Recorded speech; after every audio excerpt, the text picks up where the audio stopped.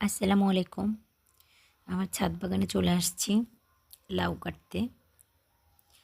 এই লাউটা মোটামুটি বড় হইছে। আমি ১ম ছাদে লাউ করছি এবছর। তেমন একটা ভালো হয়নি কারণ ইঁদুরে ইঁদুরে এত বেশি আক্রমণ করছে।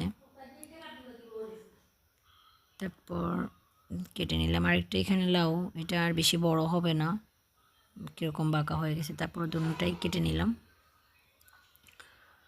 মাশাআল্লাহ, যা হইছে আলহামদুলিল্লাহ ছাদ বাগানে। এটাই খুশি, নিজের কিছু একটা। এই যে সব ইঁদুরে কেটে কেটে নিয়ে যাচ্ছে, পাতাগুলা ডগাগুলা ইঁদুরে কেটে নিয়ে যাচ্ছে। এখানে পুঁই শাক শীতের কারণে হয়তো তেমন বাড়তেছে না। তারপর একটু শাক তুলে নিলাম। ছাদের এই পুঁই শাকগুলো খেতে অনেক মজা, একদম ফ্রেশ, মাশাআল্লাহ। আসলে আমাদের বাড়িতে বেড়াতে যাওয়ার আগের দিনের ভিডিও এটা। সব গাছে একটু পানি টানি দিয়ে নিলাম, কারণ অনেক দিন থাকবো না, বেশ কিছুদিন।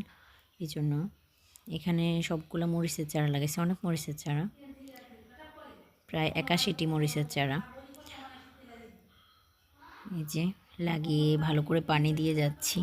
আমার শাশুড়ি পরে মাঝে মধ্যে পানি দিবে, হয়তো ফোন করে বলে দিব, জানি না এগুলা থাকে কি না। এগুলো আমি নিজে বীজ থেকে চারা করে লাগাইছি। আর এই যে বোম্বে মরিচের চারা, এই দুইটা চারা আমি বাজার থেকে কিনে আনছিলাম। মোটামুটি বড় হয়েছে, এখনও ফুল আসতেছে না। পানি দিয়ে দিচ্ছি সবগুলোতে লাগানোর পরে। এগুলো আসলে লাগানোর পরে ২ দিন একটু যত্ন করলে ভালো হয়। এখন আমি তো থাকবো না, কেয়ার করবো। সবগুলোতে মোটামুটি পানি দিয়ে চলে যাব। কিছু মাটি আছে, এগুলারে আমি একটা ড্রামে ভরে রাখবো, এই জন্য গোবর সারের সাথে মিক্স করে রেখে দিচ্ছি। একটা টব খালি করলাম। এটা হচ্ছে ওই দিন বিকেলের ভিডিও মনে হয়। একটা গাছকে রিপোর্টিং করলাম, লিচু গাছ।